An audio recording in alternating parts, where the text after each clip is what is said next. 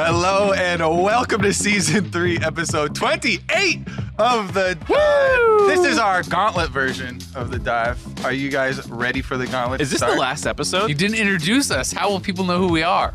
Well, I had a special little have tidbit lower here thirds? about gauntlets because gauntlets are cool. That's it. I did watch Endgame for the first time on the flight back from Detroit. Oh, yeah? There's a gauntlet in that. It's fairly I'm trying important to tie to it the together story. somehow, yeah. But more Thank than you. half of the teams will die in our gauntlet. Am I allowed to spoil Endgame? Because I had a follow-up to that, but it was a spoiler. I think you can. It's been a while. Has it passed? I think We're gonna that- need a graphics supported spoilers tag. We're there. out of the Where does it spoiler go? zone for Endgame. Any producers or PAs in the room not know the end of the Endgame? I think we're good, Mark. This also better be a good follow-up, Mark, because you're making a big deal. No, it's not a good follow-up. I was just going to somehow tie in FlyQuest dying with Tony Stark. Oh God. Okay. Well, this Wasn't is even good. this is I know, Adele and this is Mark Z. You have now been introduced. Thank you. Appreciate that. You're Again. welcome. We also have some other recaps around the world because we are approaching Worlds. Everything is geared towards who are going to be the representatives from every region. First of all, for North America, we had our finals. This secured both Team Liquid and Cloud9. How you guys feeling about the finals? I'm feeling pretty good overall. I mean, it was a competitive series. I would say that the individual games were often one-sided. Besides, I think it was Game 4, which felt very back and forth. But both teams clearly on a high level, and having spoken to the players and some of the other players, outside that have been scrimming against them, both sides were convinced that like either team could win, right? And this was, I don't think, some sort of fluke where TL was like really just bad that day and C9 happened to get close. I think C9 is legitimately on that level and played a good series. They took it all the way to 5, and yes, the last game was not very close, but this could have easily been their series, I think, in game number 4, and I'm really excited actually about the prospect of us sending these two teams to Worlds, because I think that they are two of the best teams that we have sent in a while. Yeah, in the press conference afterwards, all the members of Cloud9 you could tell were really like, they were so close to winning and they felt like they threw it away, and they were very upset with that fact, as were, a lot of the fans, but all of the players as well felt like that was their series. Yeah, I know like what Azael was saying about how like the games weren't that close individually, but I think that's actually a good thing for the most part, because it means most likely when a team has a lead that they've been able to close it out. Yes, you can argue it either way and say like, well, we just don't know how to come back or something. But I would rather see that from not from an entertainment perspective, but from a like, how are we faring going into Worlds? Like our teams seem pretty good about closing out games where they get leads, aside for the 4th game, like you were saying. But that was a pretty unique game, I think, where one of the only 2 damage threats on the comp kind of threw away his lead in Niski to go roam around the map, and then kind of built for doing that, but didn't snowball enough. Anyways, I thought that was a really unique situation where it's like, your mid laner tried to be team first and kind of threw the game like that. So it was a good series overall, though, and it makes me feel pretty happy with both teams going into Worlds.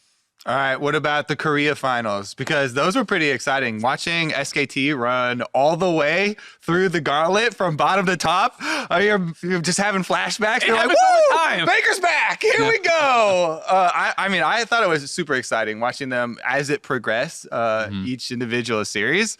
Are you guys all on board the SKT hype train? Because at MSI, that did not work out. Yeah, but I mean, to be fair, they went, it was a game 5 against G2, and I still maintain they threw that series against G2. It's not as though, G2 didn't deserve it. Of course they did. They were the better team on that day, but SKT very clearly could have beaten G2 in that series. And let's be honest, I think if they beat G2, then they probably win the finals and they're MSI champions, right? I don't think Liquid would have actually taken them down. So I think, all aboard the hype train for SKT. I think that they are going to be a world championship contender. They looked, very, very strong throughout their entire playoff run.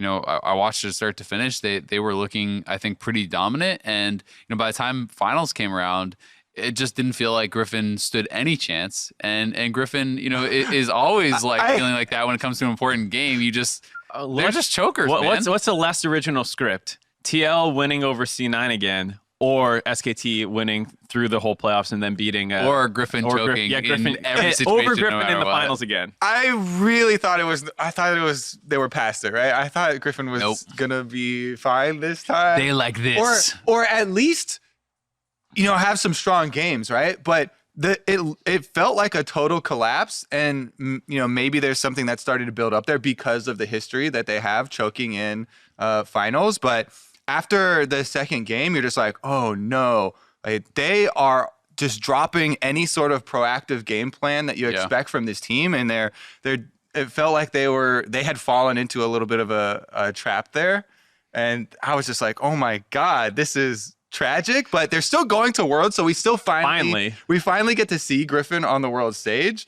I think there is significantly less hype now than I'm not even excited. Like last year, I was like, oh my god, I want to see Tarzan up there. Like, he's my favorite jungler. This is gonna be crazy, right? But with so many times failing in the high pressure situations, now you're like, okay, yay, we got it. But I don't know. This is the team where you're like, I hope they get out of groups and like somehow North America matches up against them in the first round of the playoffs. I feel like Griffin is still gonna smash. They'll smash group stage. Yeah, group stages, but they might choke out of groups. I actually wouldn't be surprised. They're that big a choker. Look at Worlds last year. It happened. Korea's not this invulnerable juggernaut anymore. If they get a tough group, like if they get put into a really difficult group, hey, I could see it happening. It wouldn't actually shock me. Like, let's be honest. I think that this is something we were talking about earlier with their playoff system. They went 1-6 in playoffs and qualified for Worlds, right? Like across the whole year. Across the whole year. That makes no sense to me. And that is obviously very heavily rewarding their regular season play, and that is what the LCK playoff system does. But this is a team that has shown that they can't play in pressure situations. And, over the last 2 years now, against SKT this year, they got absolutely dismantled across the two finals. But yet they are in playoff, like they are rather in Worlds. Like if you put them in the Gauntlet, I would assume that they would choke out of that and not make Worlds at all. But yet they are the number 2 seed. So they are going to Worlds, but I have very little faith in them because they've shown so many times that they crumble in these high pressure situations. And yes, I know they're an incredible regular season team, and watching them in the regular season is a lot of fun. Yeah, this is more than a pattern. It's Immortals. It's Immortals if they went for 2 years, right? Yeah. When they had the Huni team where they smash regular season and then they lose in semis. If they were in semis, they would be losing in semis. Yeah. I think they're going to do well. They've got to do it before they can convince me. I no longer believe. If they get out of groups and they get matched up with SKT or something, then I'm like, all right, yep, I'm all aboard. They're definitely gonna lose to SKT, and I feel like they're never gonna be able to overcome that. But I feel like in groups, I think that Griffin will do well. Without even seeing any of the groups? What if they get so like G2 IG? What if that's their group? So I was gonna say because IG's in the Gauntlet. Well, I don't think. I think IG deserves to be in the Gauntlet. I don't think IG deserves to be number 1 or number 2 seed. I agree. He's just saying take Europe's best team, which is G2. Yeah. And what's the hardest group you can I think G2 is significantly advantaged, but I think I give G2 like an advantage over a lot of teams. Of course, this is just my point. Like, I'm not saying they're gonna for sure not get out of groups. I have to see the groups. But this team has just shown me that in high pressure situations they can't do it, and until they do it. Yeah. I'm not going to believe it anymore. I give them no benefit of the doubt. They get 0. So if they get put into that IG G2 group or like something along those lines, LPL number 3 seed, a team that you think is strong, has experience. That's why I mentioned IG. I mean, they're defending world champions. I would be betting on them to fail out for sure. Interesting fun fact here. SK Telecom, they have only ever either won Worlds or at least made finals when they go. Do you think they're going to make finals again? I think they have a pretty good chance. Yeah, I think they have a really good chance. I mean, if you're talking about like real Worlds contenders right now of like actually winning, you're looking at probably G2, Funplus, and SKT. And I want to throw RNG in there. I was gonna say, would you throw Uzi's looking good. You always know what you're gonna get with RNG, but. IG was also 3rd seed last year for LPL. Correct me if I'm wrong. Yeah, I mean, but they look much better last year. Exactly. I'm just saying a lot of their games, the split have been super questionable. Yeah. But I think recently RNG also, and we can talk about the LPL representatives also. But I feel like they have a very they're similar to Liquid, where Liquid are like, yeah, we know our style, and like we can analyze other teams and understand why that what they're doing is good. They're not going to change to that. And RNG is like, yeah, we have Uzi. We are going to give Uzi lots of money, and we are going to team fight with a fed Uzi, and that is how we are going to win. Yahoo's most played? Karma mid. Let's go. You know, like... Yeah. I mean, he has played individually really well. Yahoo's really good. But RNG consistently, like you'll be watching the games mid-game, and even in like some random side lane, if one of the solo laners is there and like Uzi starts heading down Slaps there. their hand away. Yeah, they're like, get away from the minions. Yeah. Plus, you know, like when push comes to shove and it's like a game 5 or something, it's like Uzi's going to get his pick. And Uzi Vayne. It's something like that. That's the team. I think it's really hype though to have a team like that and have an all-star like this. Whenever Uzi comes to Worlds, literally every fan around the world knows Uzi and knows what to expect and gets excited. I mean, there's something to be said for a team that you know what they're going to do, but you can't stop them.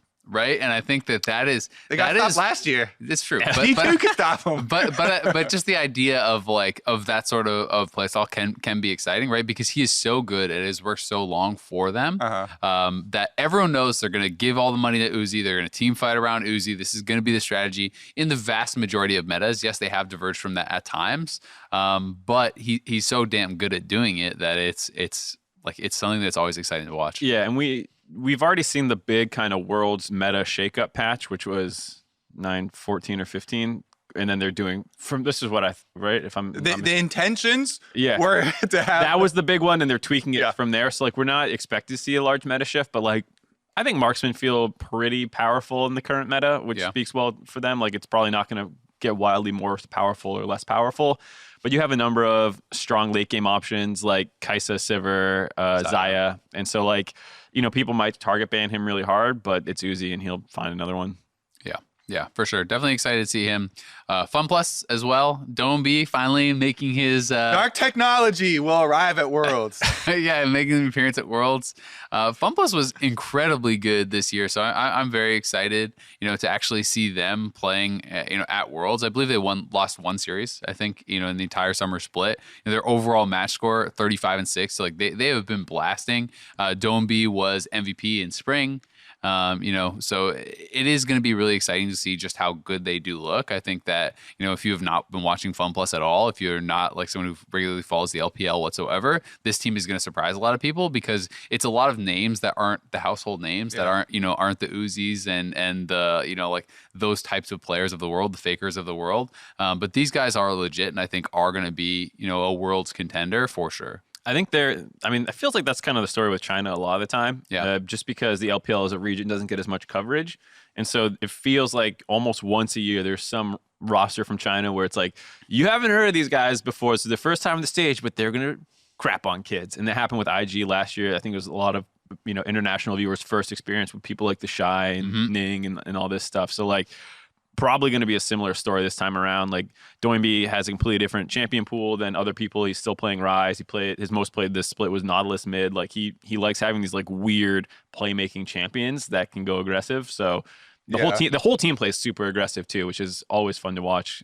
And he also makes up his own build paths for every single champion. So if you want to kind of relay it to NA viewers, I guess, if they're accustomed to people like Voyboy that pride themselves on like technologies that are super hipster and like building, tank on damaging champions, that's similar to Doinby. That's why I was like, the dark technology is a translation of his nickname in China because of a lot of those, things that he likes to go with. Yeah, I mean, he was the one who popularized. We saw it a little bit, maybe in NA, but definitely in EU and around the world. The Ryze build, where he was going like Righteous Glory and Rylai's, and he was doing this kind of like engagey, somewhat tanky Ryze build, where he was able to actually like A, chase people down in side lanes because he's constantly slowing you with Rylai's and speeding himself up, but B, also play Ryze much more aggressively in the team fights, and actually being able to flash into the middle team with, with Aftershock or with all these things that make him actually tankier, and this kind of pseudo tanky build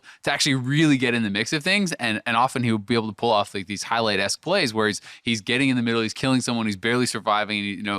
It's really, really exciting to see someone who is kind of, revolutionizing a little bit, right? Like he's a ridiculously big champion pool. He has so many different picks that he can bring out. You guys talked about the Nautilus stuff, but like Riven and Poppy he played. He's played Rumble mid. He's played, Pantheon mid is one of the picks that had been big for him. I don't know if we're going to see that with the updated Pantheon, but this guy really does play everything.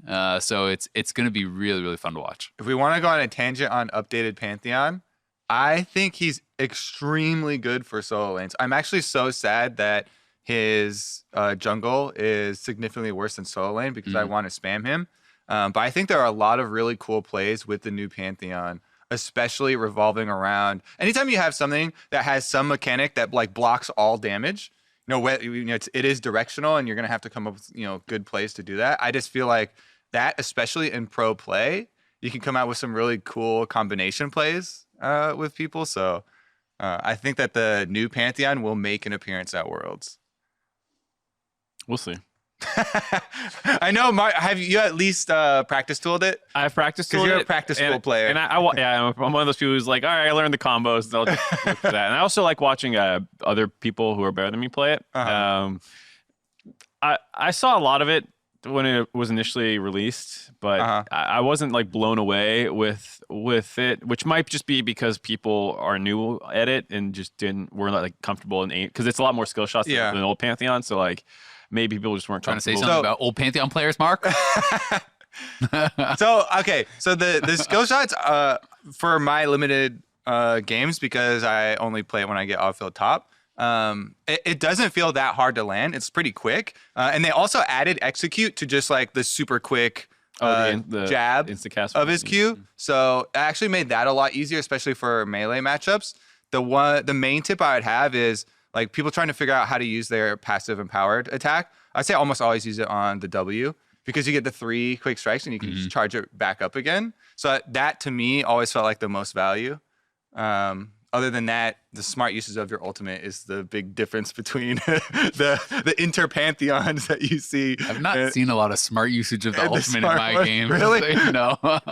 I don't know. Maybe I had just like faced some very experienced ones, but I've always had pretty good experiences with it. I thought he was really good. I always try and go to that lane to snowball early because his base stats and flat values of damage are really good. Was it mid or top? It was top. Both of the main lane gank through bot or something after he got snowballed enough at 6. Yeah, it also feels good as jungler, because if you gank for a champion that has a semi-global ultimate, then you kind of like send them off, and you're like, I raised you into a real champion.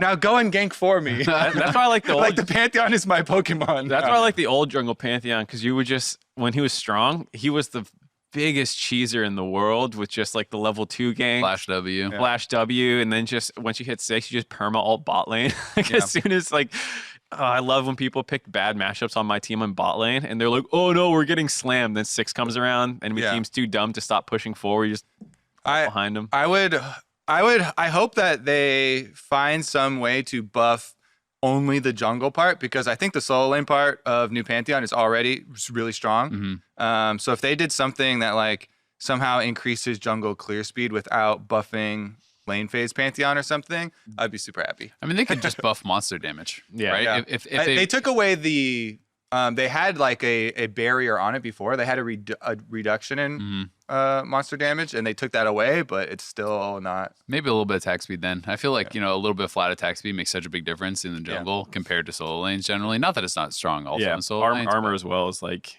insane in the jungle. Yeah, for sure. But Pantheon definitely going to be interested to see that. We also never saw Mord in NA. I mean, partially it was disabled for a while here. But then even when it was actually enabled in Detroit, no one picked it. It is getting played around the world, so that's another pick that I am pretty excited to see actually coming out. And also if any of our teams start to pick it up, because it is getting played, it is actually having quite a bit of success. So I think that is something that is like an obvious adaptation that our team should at least be ready to play against if they're not willing to pick. It's one of the things where like I am all for railing against teams when they don't play something that's like seen across the world. Like it took us a while to pick up Renekton, and arguably we never really picked up Nico when other people were playing it. But this is one where it's like, well, it was disabled forever, and then like the first time you can play it is on stage in a venue. Like I can totally understand not going for that route. So that was one where I'm like, we'll learn it for Worlds if it's still strong. As long as they learn for Worlds. Yeah, as long as they learn for problem Worlds. for now. But if Yeah. they're like, well, I didn't know what it did. So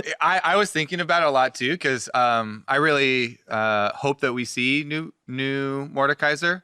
But I wanted a way for us to like relay on broadcast how cool the ultimate is. Mhm. And I was thinking of trying to talk to our engineers and our broadcast team on, can we find a way to like picture in picture the Death Realm Ooh, that'd when be he cool. ults somebody? Because spectating, like I've watched Mordekaiser games with my friends and stuff, and you're spectating it and it's not the same, right? You You just see the see little little dots. exactly, Yeah. or you have one on your team and you're just like, okay, the dots are over there.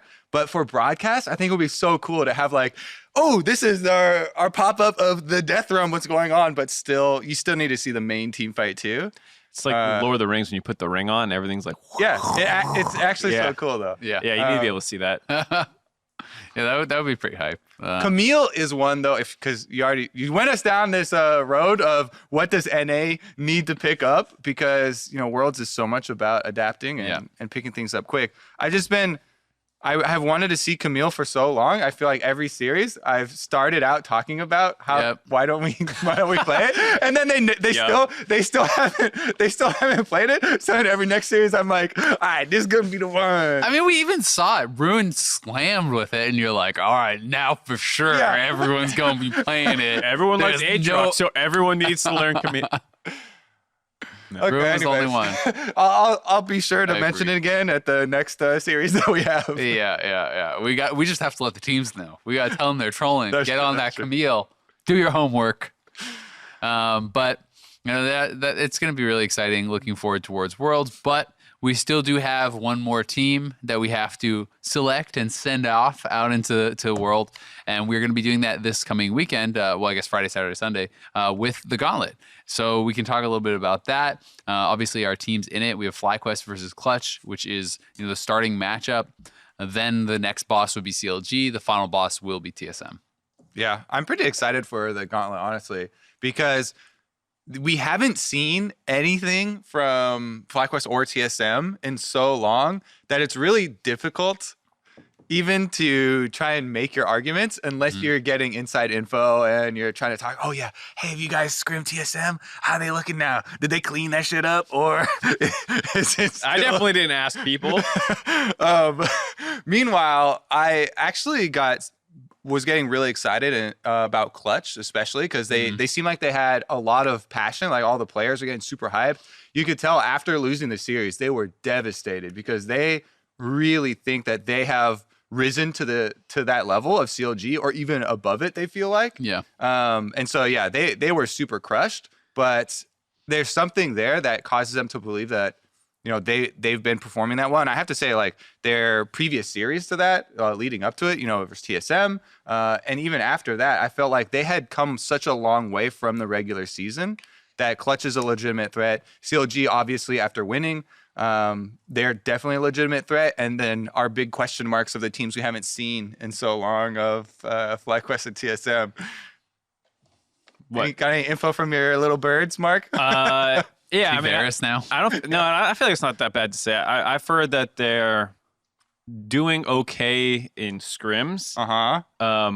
And from what I heard, TSM scrim info is always very accurate, by the way. yeah, of course. Extremely reliable, especially at Worlds. No, I didn't get this from TSM. I heard they were doing okay, and they have strong players, so scrims are going fine, which is kind of the case because scrims are much more lane focused than real games tend to be. So if you win in 15 minutes in laning phase, teams don't fight and claw to stay in the game the way they do otherwise. So from what I've heard, their scrims have been going okay, which sounds like it's mostly off the back of the fact that they have strong players. Who knows if they've really improved as a team, which is where their deficiencies always kind of have been this split. But either way, that does make the Gauntlet super exciting because it usually feels like the Gauntlet has one team that's like, this is who's going to make it out.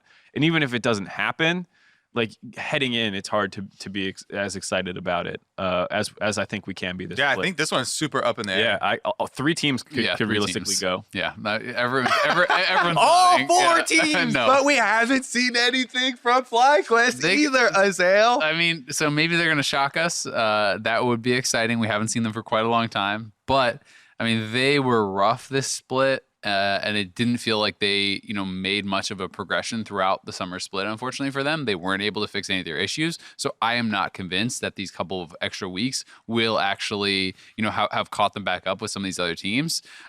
I felt like definitely coming into this, the favorites are going to be CLG and Clutch, just based off of what we saw in playoffs. But again, TSM now has had Spica for a while and has the opportunity to try to improve with him as a player because, yeah, they had been having these struggles for a long time, but he really only became their full-time guy in like the last week. Right, last week of the regular season. So they've had a couple more weeks with him, and the big question there is just like, is that actually going to improve them as a squad? Are they actually gelling better and working better as a unit? Yeah. For what it's worth, I heard a little bit also, and who I talked to said that Bjergsen was playing really well. I know that that's what TSM fans always want to hear, right? That's the main goal, right? They're like, at least can Bjergsen hard carry some stuff. It's funny because it's kind of gone like so far that like if Bjergsen does well but the team is doing bad, everyone's like, God damn it, Bjergsen's holding everyone else back by being so good and the only one performing because he must take all the resources and demand. Yeah, but I mean, this season, it was also a legitimate concern because there were a lot of games where we were like, oh man, this AD Twisted Fate they keep going back to. The first one was really good, but then they didn't get a lot done with it. So to me, that was actually some info. When I heard that, I was like, okay, cool. Like if he's hard carrying some scrims at least. Yeah.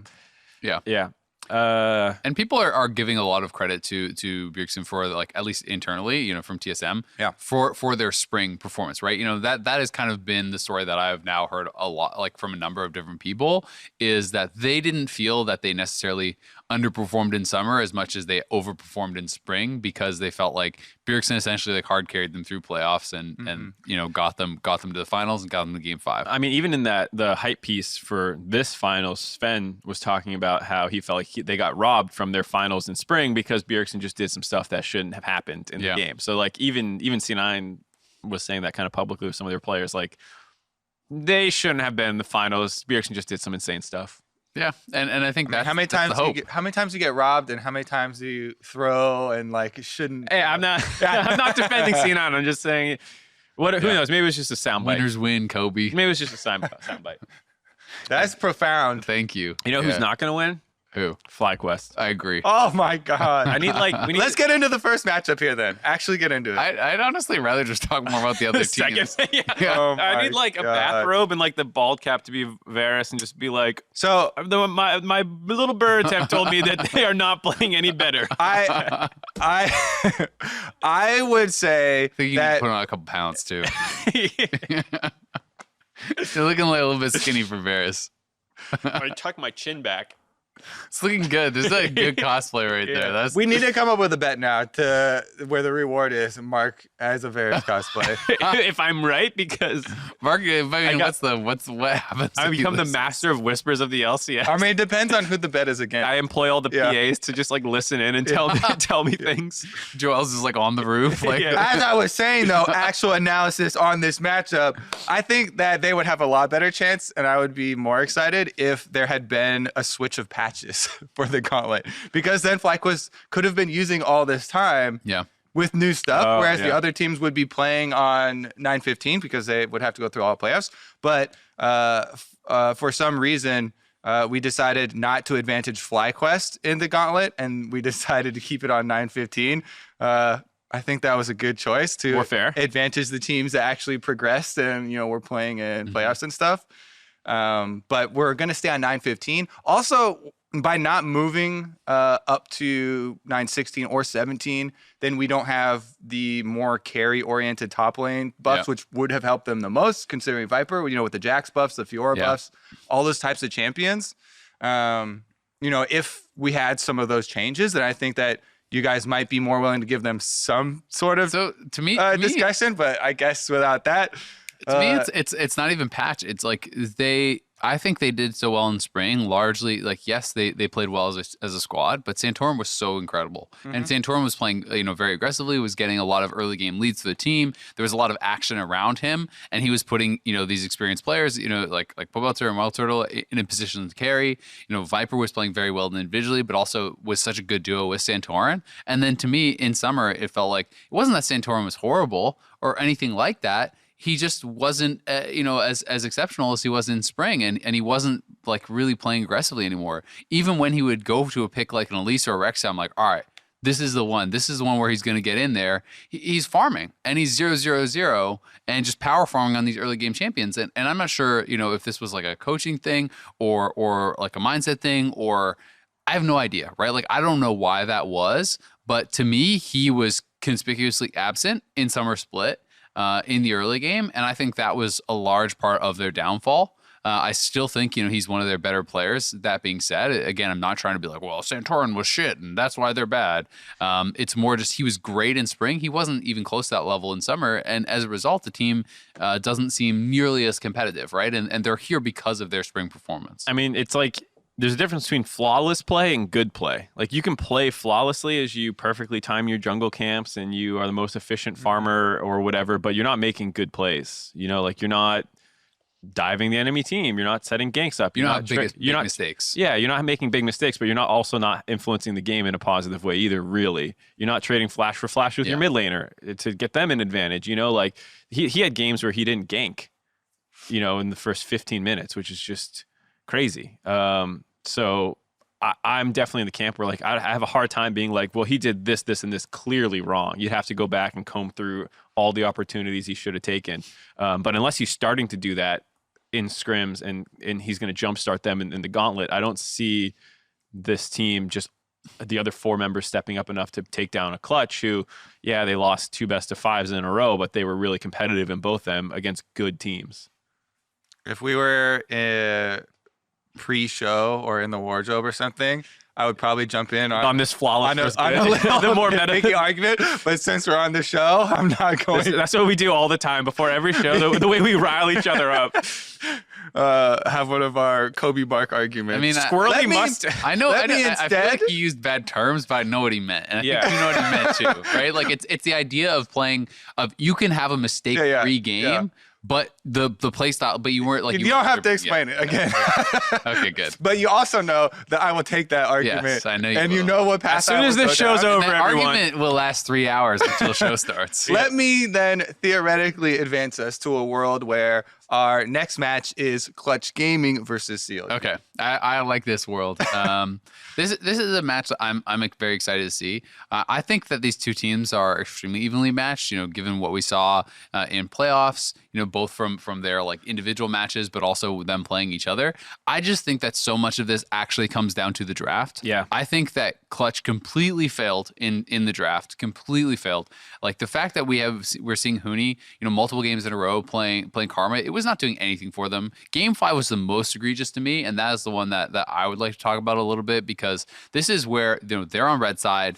They have 5th pick for their top laner. They see the entire composition for their opponents. So far, their damage dealers are Aurelia and Ezreal. It's Poppy Skarner. Aurelia's never going to be crushing in a team fight against that. It is way too hard with the Poppy W rooting you, plus knocking you up, and then you're going to get ulted, right? So you need some sort of frontline damage, and then they pick Karma. And as soon as they pick Karma, I'm like, well, you lost. There's no possible way you're ever going to challenge the frontline. Even if you can get a slight advantage in the laning phase, Karma does not dominate Poppy in lane, and Karma does not ever threaten frontliners. So you're essentially left with a 1-threat composition, which is what they drafted themselves into.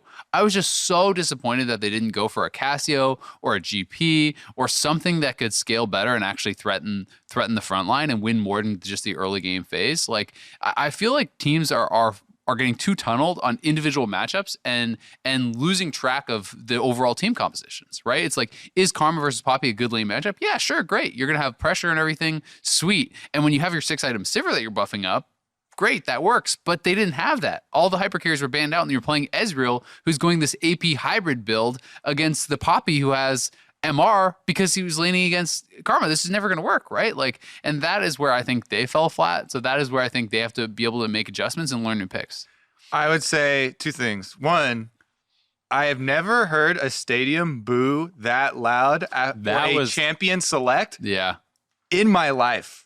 And I've been doing this for 7 years now? A long time. That is the loudest. The entire stadium booed that champ select at the Karma lock-in. Second one is just a self-plug. Very happy with myself for predicting the Poppy earlier in the series. However, I do think you like that twist at the end. Yeah, I can't wait to hear the second point. Okay. I think I'm really smart. And also after the series finished, my mom texted me and she said, "You did great, and you look really smart." I look very cute in my suit. Yeah. Another small twist at the end. My parents never watched any of them. In 7 years, I've never watched any. Single? No. My parents watch most weekends. Yeah. Never online. I finally did last year get them to come live to an event. And my dad actually really enjoyed it, but my parents have never watched online, and they've definitely never texted me about any. I mean, my parents don't watch the games, but they'll tune in and they'll be like, "You look nice on the desk, honey," and then that's it. Yeah, I've had relatives, like aunts and stuff like that, do stuff. I don't want to dive too deep into this, but are your parents happy with your career choice, or is this like a? No, they wanted Kobe to be an engineer. He was an engineer. Yeah. And then they gave my dad is actually super pissed that I quit because I think he still might be Kobe. He doesn't watch you. What the hell? Did you just say he doesn't want him? No, he doesn't watch him. Oh, I was like, that is twisted. This is getting really hot here. Can we turn off the lights down or something? Kobe, I'm sure your parents love you very much. Let's move on. Anyways, I think so. Here's where I was going to ask you the question about the draft follow-up. Let's say for the most part, even drafts, neither team's getting advantages, significant one, mostly 50-50 drafts. Who do you actually favor? I think in that situation, I probably favor CLG because I think that CLG is like a more stable team. I do think that Clutch, a lot of their strength came from these unique picks and being able to get advantages in ways that other teams necessarily weren't. I think Kiana was so big for them. I think Rumble was so big for them. I think that they need additional picks of this sort of variety. You need to be able to play both your unique picks, but also the standard meta power picks, right? Because if you're getting target banned on these unique picks, then you have to have other strong strategies to fall back upon. I think CLG wants to play a more slow standard game, and that's going to be great for them. I think CLG also has a lot of learning to take away as far as draft. I think PoE should only ever play like scaling, team fight, that type of thing. Which is what we thought going into the match. Yeah. But I mean, clearly they didn't, right? Like we've seen the Diana now, we've seen the Kiana now, we've seen a number of these different looks as him playing the assassin or him having counterpack into the assassin. Diana, I was talking to Afram about this. He was saying that he thinks that, it's supposed to be basically this hard counter to Kiana because you can actually ult out of Kiana's ult. Right. Yeah. So she ults you into the wall, and you can midair ult out of that and never get hit by it. So it's supposed to be a hard counter 1v1. That didn't pan out at all. I just think he's so much better and so much more comfortable on control mages that he should always stick to that. And if we have PoE only playing that and CLG not coming up with, not CLG, CG, coming up with, kind of these more unique picks where they can really kind of like make the game go kind of in their favor or in their game plan, I think that they're going to lose CLG. I thought that Clutch are so close to having just enough extra of these picks because I don't think it is close. It's not like super specific pick reliant. I think they had gotten really good at executing team fights as long as they do have some of these champions that have really good AoE or really good like terrain creation, some ways to control the setups for these team fights. I thought that so many of their plays, even way back against when they started against TSM, had been really good. Yeah. And you're mentioning already, Huni, they tunnel visioned on the Karma thing, but Huni already has those. Well, I guess they knocked it down to 2 for some reason because they didn't want to pick Cassiopeia. But Huni already has those 3, and then I think Demonte doesn't. While Kiana is a super impactful pick right now because I think she's a very strong overall champion and brings the things that they want for the team fights. I think that they, as long as they kind of cut the tunnel vision on the Karma top side and come up with maybe 1 or 2 more things, I think they're just at the line Well, I think that's what Karma was supposed to be. Like, I think that was supposed to be the third down on the list of like, okay, Rumble, GP, Karma is your Yeah, main one of job. these things is just not like the others. Yeah, I'm with you. I'm not saying it was correct, but I think if I was going to put myself in retroactive, what I think they were trying to do was like, Karma's been winning a lot in scrims. Probably it's been going well for us. It'll become our third champ. And then when we win a game or two on it, they'll feel like, oh, this is another thing we have to ban. And maybe it starts freeing up some room for other things in the draft. It just failed every time, never became a priority pick in CLG's eyes, and they could just give it over to Clutch. And I like the idea of like shrinking your champ pool sometimes and be like, Huni, yes, you can play anything, but let's just pick one of the mages. Let's just pick Karma or Cassio. And maybe they just cut Cassio from their pool, which is too restrictive because, yes, Cassio would have been a great pick with all the matchups and team compositions based on the previous game. But like, I don't hate that idea of trying to make your draft plan more straightforward. But Karma clearly wasn't the pick and probably shouldn't be in the rematch, assuming it happens. Yeah, I mean, I think that's very clear what happened. And from talking to some people, one of the things that I have heard a lot about Huni is that when Huni is playing a new pick, it's like almost all he's playing in scrims is that, apparently he was playing Karma and he was like only playing Karma in scrims. And it was like, he was like, he's going to be the Karma master. He's going to get tons of experience. So when that didn't work out, that is what he felt most prepared on still. And I think also like I, kind of alluded to earlier, it works when you have it as part of a hard carry composition where you have the hard carry that you're protecting, the Sivir or the Kaisa or whatever. And that's the stuff that Cody-san normally does play, but he got targeted in the last ban phase. In game 5, they took away the Xayah and then they banned out the Kaisa and the Sivir. So, I think that was a really smart adaptation from CLG, right? If you can attack the other part of that composition because it needs someone to buff up. It's not the Aurelia who's playing against Skarner or Poppy, and it's not the Ezreal. So, I do think they need.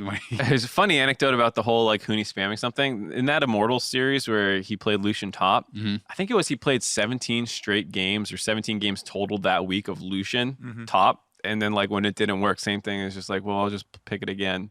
Yeah. Like that's kind of how he seems to prepare for playoff series. It's like, these are the champions I'm going to play. I'm going to become a god at them. And then you kind of lack that flexibility where it's like, well, they banned all the hyper carries. Coaching staff needs to step in and take a heavier hand than, with the preparation there. Yeah, I think that's fair.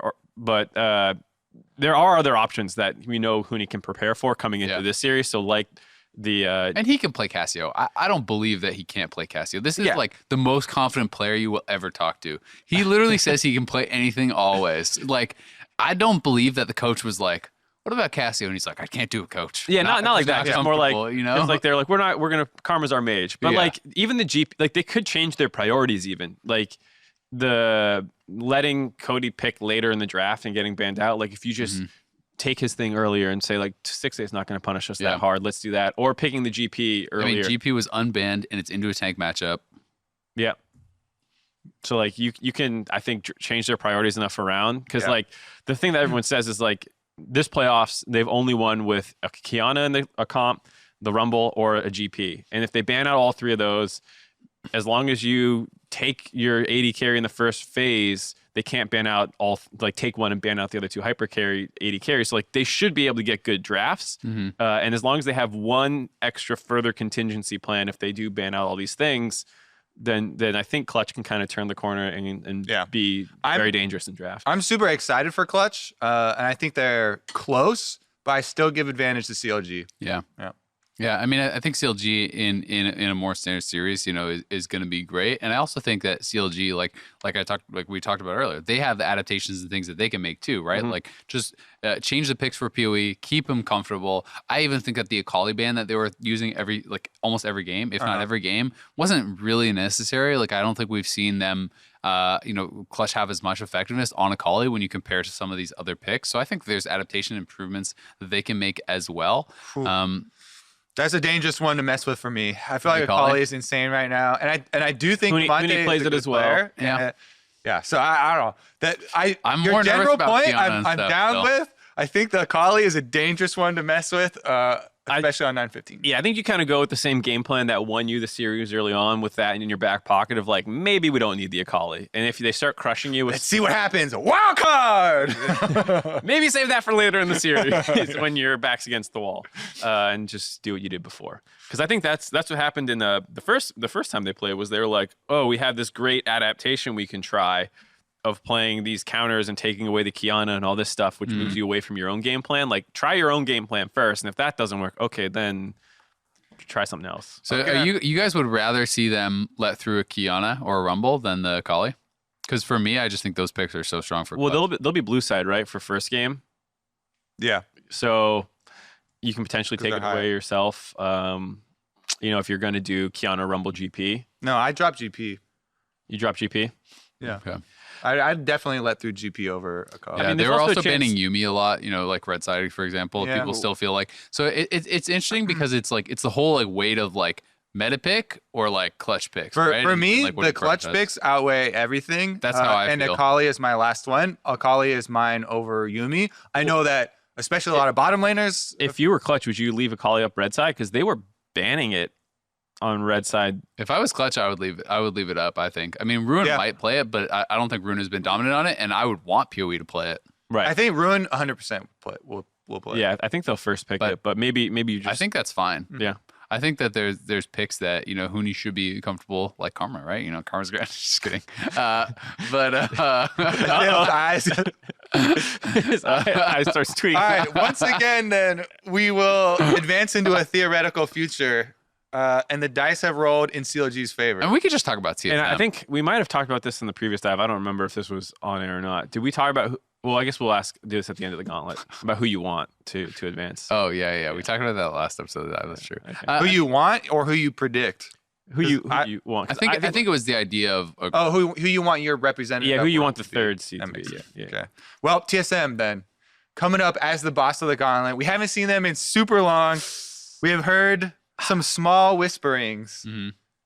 that scrims are going okay, and I've heard that Bjergsen carried some. So I also heard It's been a long confidence from the time. TSM camp, but it's like it's hard to know. Spica, by the way, Spica for sure is their only jungler. Yep. So this is gonna be the team, and they've been using all of this time that we haven't seen them, with that lineup. I think that at least will make some people feel a bit better because that was one of the biggest things. So much shifting going around all season. And to be fair, and I don't want to make this sound too critical of CLG, but they're not like a crazy great team. Like, I don't think you need to revolutionize your game plan as TSM to be able to have a chance of beating CLG. I think you match up well into their players for the most part, get some good drafts, and like CLG wins through being a really, like we were saying, stable team. They have good objective control. They team fight really well. They control waves pretty well, and so like that's how they win. That's not like, oh, they took fights all over the place and forced Rift Herald all the time at 10 minutes and forced you to fight them and yada yada yada the way Clutch does it. So like, I think for a team like TSM who might be not quite as coordinated as a team, maybe if you just have strong lanes and can push CLG down the first 15 minutes, maybe you actually do have a decent chance. Yeah, I mean, I think TSM certainly have a chance. When you look back at their playoff series versus Clutch, it was them losing 3-1, but also, everyone came away from that series being like, why didn't you ban Kiana? Why didn't you ban Rumble? Right. Why didn't you ban these? And I think, people certainly you would expect have kind of learned that and learned what more to target, for Clutch. So TSM can certainly make, some of the adaptations and have the benefit of having watched now, both the Liquid series as well as the series against CLG, for Clutch or for CLG, right? So like they have a lot more footage kind of practice from here. And I do think that it's attainable for them to win, certainly, right? This is a team that has still very strong individual players. Their problem has always been their teamwork, though, and that is why I'm not really betting on them. I just feel like Cadian and Greg are both good junglers. When it didn't work with them, like, why should it work with Spica? Like, I am not convinced, and I have not heard from any player or coach or anyone that I've talked to that they think Spica is like way better than a Cadian or Greg or anything. Like, people have kind of said that they think he's like can fill a similar role or worse from what I have heard. And I think that it's like I think there's clearly a problem with how they're working as a team, and I just don't see how this guy solves that when it hasn't before, right? Like when they have been having the same problems, it has been a recurring issue with a lot of different junglers. This year, they couldn't solve it with either one. I just don't see how they solve that. That's why I think they're not favored. But of course, it's possible when you have Broken Blade and Bjergsen and Sven who could theoretically just carry series.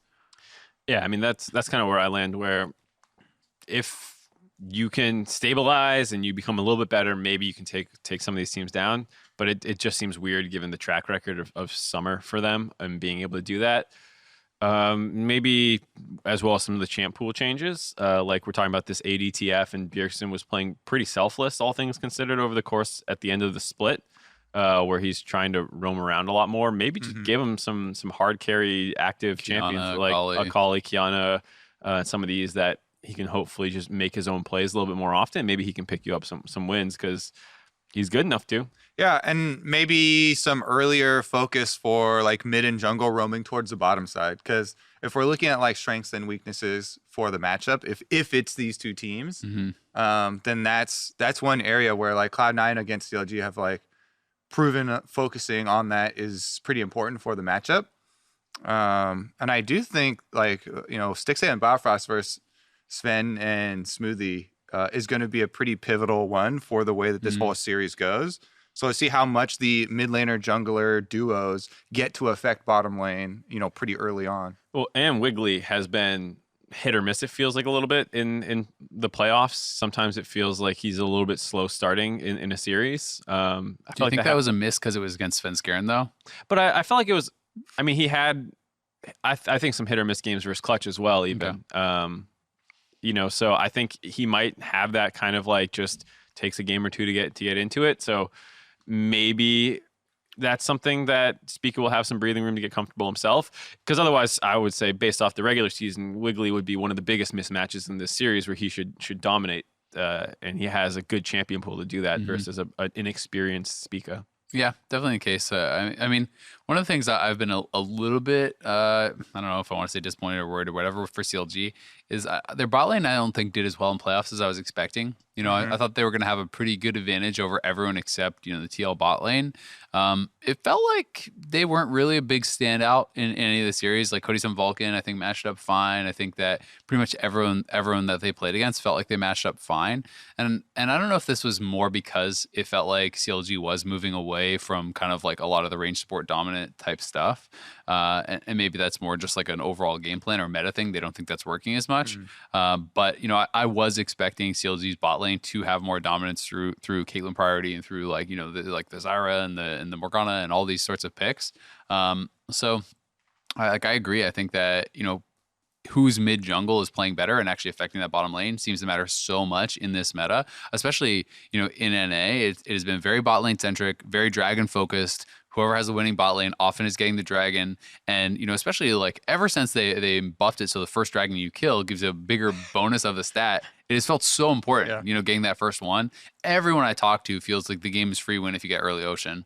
And that's like a really big deal. Obviously, that's somewhat hyperbolic. Yeah, they always but super it feels exaggerate so those good. things. Like it is very hyperbolic, right? But it can shift lane matchups, right? And I do think it can be the thing that swings a game. If you pick specifically for lane, say you are playing that early game lane bully thing, like if you're playing Jason and Poppy and the Poppy gets an ocean all of a sudden, then you actually want to leave the game, right? Like, and I get that frustration. Yes, it doesn't actually decide the whole game, of course, but early dragon priority seems really important, especially to your point, with CLG, right? Like they are the team that took the most dragons. They win through objective taking. They had the least percentage of their kills in team fights, I think, of any team in playoffs. So like this is a team that wants to just kill towers, take dragons, take barons, and win the game, without really fighting you. All right. Should we do final predictions for third representative then? Sure. I mean, we're gonna pick three down the row. Yep. You got to roll the dice. Especially, I mean, you can cheat it and you can just say TSM, and then you have pretty good chances because they got to the finals. In the finals, pretty close. If you want. But you can also. I think you're right or you're wrong for this one. There's no how close are you.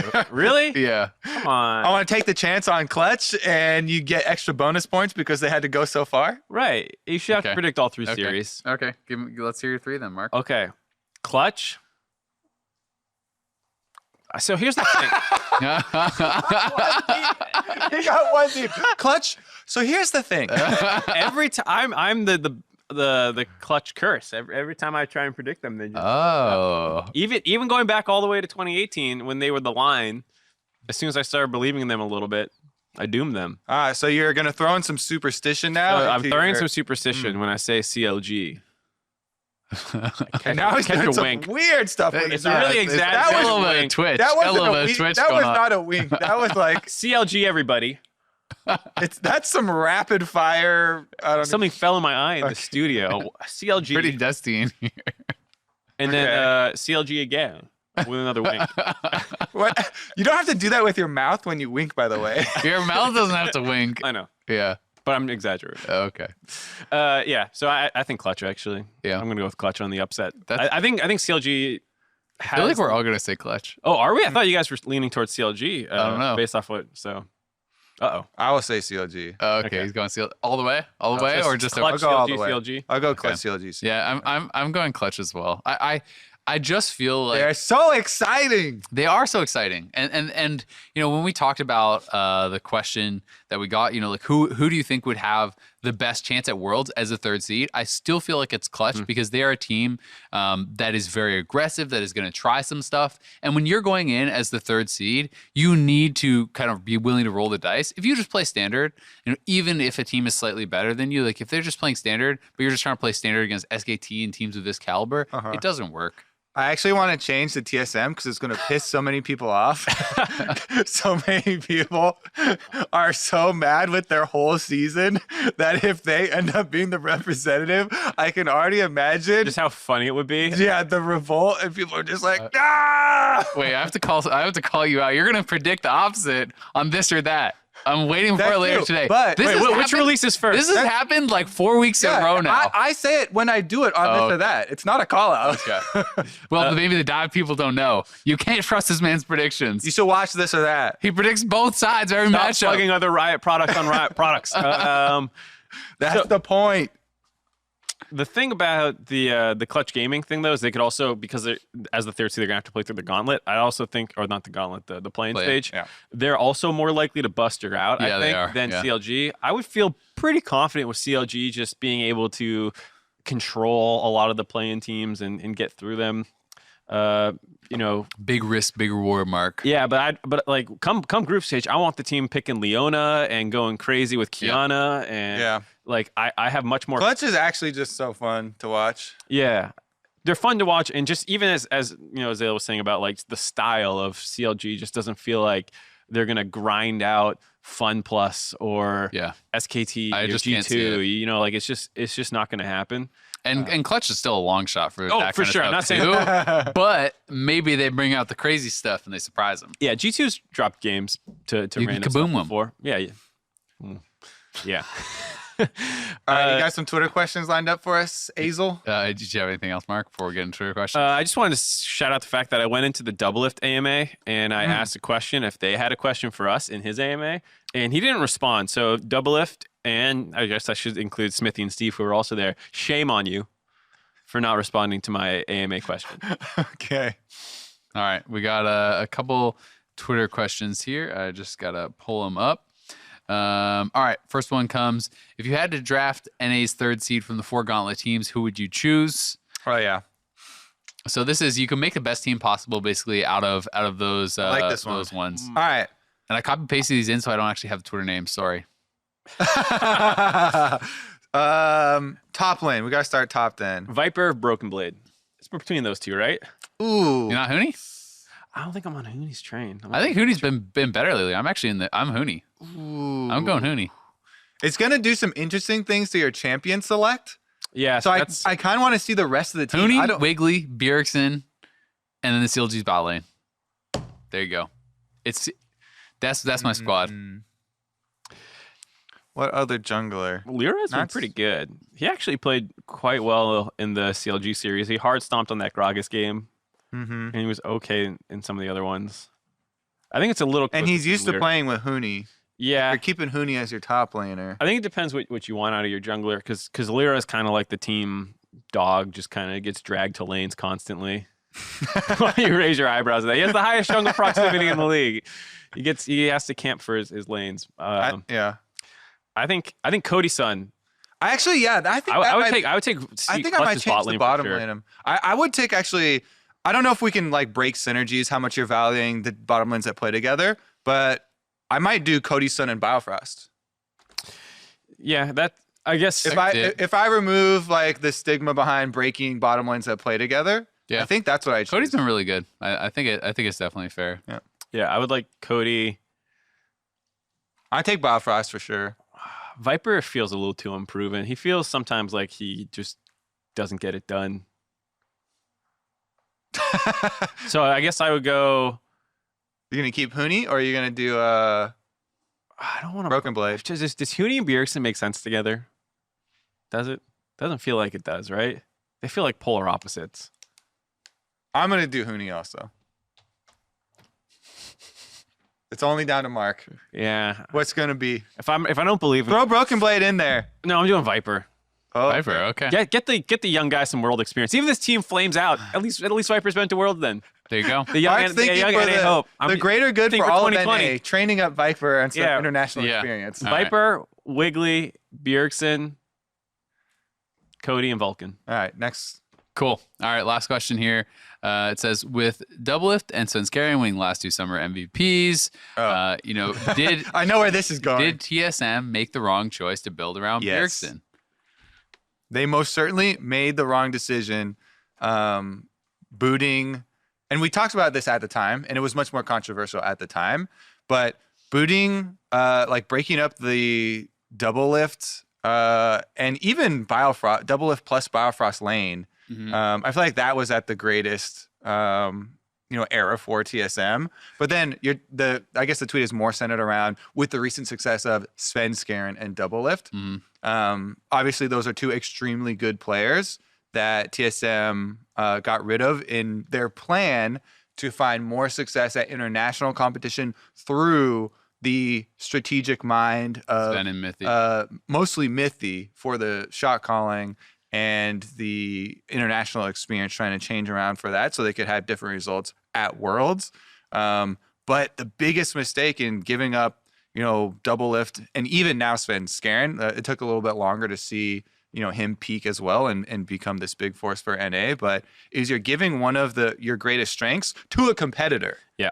Like you're not only, you're changing out parts for your team, but giving that strength of an NA player, which doesn't even take an import slot, to one of your competitors, and to Steve, who's willing to build, a giant team around it, just is so dangerous. And obviously, in hindsight, has been for sure the wrong decision. Hindsight 2020, obviously. So I don't even think it's like interesting. It's like, of course you don't want to miss Worlds. It's kind of interesting how the decision tree, because I could see at the time, like Reggie was so frustrated with their continued failure at Worlds over and over. Well, and to be fair to Double Lift's career at that point, he'd never gotten out of groups.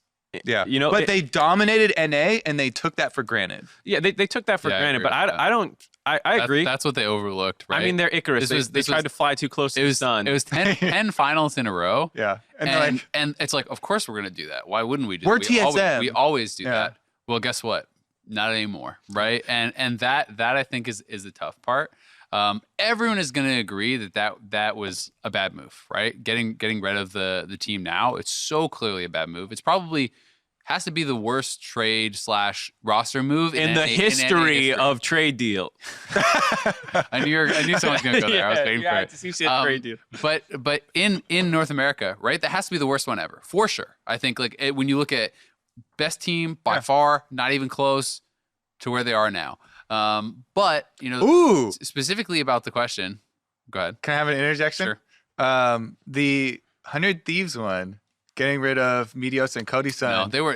I know. Yeah. But I just started me thinking about other like big NA spoofs, and I'm like, technically that was a bigger fall in placements. Yeah. Well, and I'm not saying that's a bigger mistake or anything, but that technically is a bigger fall. Just to keep derailing Dale's point here, I would argue it actually is worse because they had no good plan to back it up. They just started removing pieces. with no backup plan. At least you got Sven and Mithy TSM, and you brought in people. Mike Young was weird, but at least you had a good most of the rest of the plan. 100 Thieves was just like, goodbye, Meteos. Goodbye, Cody, son.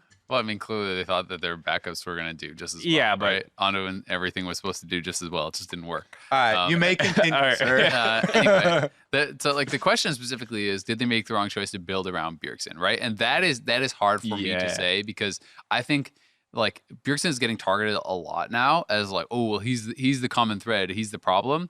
I don't think that you can say that this is Bjergsen's fault. Like, I don't know that Bjergsen is the one who's like, yep, kick Doublelift and Biofrost. Give me these guys, right? And so, like, I don't think that you can say that TSM made the wrong choice to build around Bjergsen. I think they made the wrong roster moves. But keeping Bjergsen, I don't think is, like, somehow now the wrong move, right? Yeah. He's so damn good. I think the wrong move was breaking up such a successful roster instead of, trying to build upon what they had.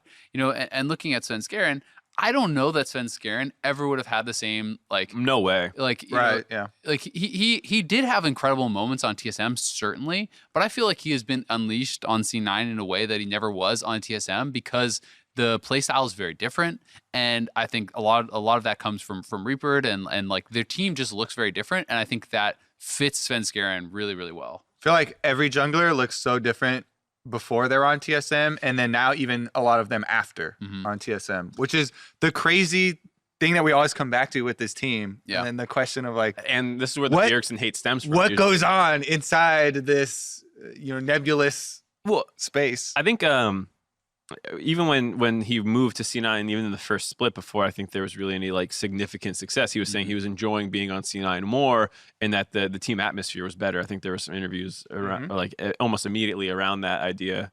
And I don't think that's, I think that is a big part of it, because TSM has always kind of felt like the evil empire of like, no emotion, we're the best team. And, when you watch TSM Legends, in the practice room, there's not much personality. And in scrim and VOD review, you don't quite feel that the way you do with some other teams. And I'm sure that's part of it. It's just like, it's a hypercritical, super serious work environment that probably has a negative drain on some people. That's how it always kind of came across. And then you go to C9, which is kind of the opposite. I still think they take it seriously, but you can feel like how much less serious it is, even in serious moments. It feels like it's not the end of the world. And so like that probably helped him, not to pin it all like just on the Bjergsen thing. The entire team environment seems that way. And for sure, jungle is the most heavily scrutinized position because there are so many more choices that you have to make as a jungler throughout the game than as a laner. So there's just more material for them to go over and scrutinize. Why are you top here? You can't ask that really at any other lane. Yeah. Unless it's like a whole top team. laner's like, top lane. Bot lane's like, we called for a lane swap. It's like a whole team decision. Only the jungler can be like horribly out of position. Yeah. And of course, people are always looking for that. And it's the most like opinion based. It's so hard, and this kind of goes back to like flawless jungle gameplay.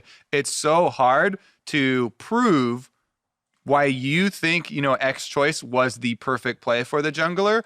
There is very often a very good argument for a completely different play for the jungler to make as being possibly equally or even a better play. Whereas for laners, it's so much more strict. This is a really anecdotal story, but in like 2016 Worlds, I was like doing a thing about Peanut's jungle decision making, and it was the weirdest decision I've ever seen. Where like literally no information, no wards, laners didn't leak it somehow by coming out of the top jungle with some mana missing or anything. Someone invaded his red when he started blue side, and he knew it, and like he pathing the way to not only get the red but then to fight the guy somewhere else. I forget exactly what the path was, but it was like literally nothing to go off of, but he just felt like this is what the guy was going to do. And like a bunch of us sat in a room and tried to figure out what he was doing, and no one could figure, like no one had any clue. Sometimes that's just habits from scrims, right? Not even scrims, even solo queue. Yeah. I constantly watch Peanut's solo queue games in 2015 and 16 because I just loved him as a jungler. And 8 times out of 10, he invades after one buff. Fight. He's playing Nidalee, he's playing Lee Sin and stuff like but this. It was reactive somehow. Like you could just tell that like I don't know how to put it. It was just like the other guy was the one moving first. He could on the feel map. it in the air. Yeah, it's I just mean- like sometimes junglers, like when I worked with Dom, he would say that all the time. It's just like, I just thought he would. Yeah. For no reason. I just felt like that's what I would do in his situation. So that's what I assumed he was doing. And you had no basis other than that's what I thought he would do. The point of this whole discussion Yeah. is that there seems to be, something different in that environment, and jungling is a much more like creative role that I think me and Mark both agree with the point that like that probably doesn't foster Svenskeren in the same way if he doesn't make the team change. It's an art, not a science. There you go. Yeah. All right, that'll do it for us on this episode of The Dive. The Gauntlet is going to be going live, Clutch versus FlyQuest, 12 p.m. PST. That is noon on Friday. You guys not going to want to miss it. And then, of course, subsequent matches will be happening Saturday and Sunday. See you all there.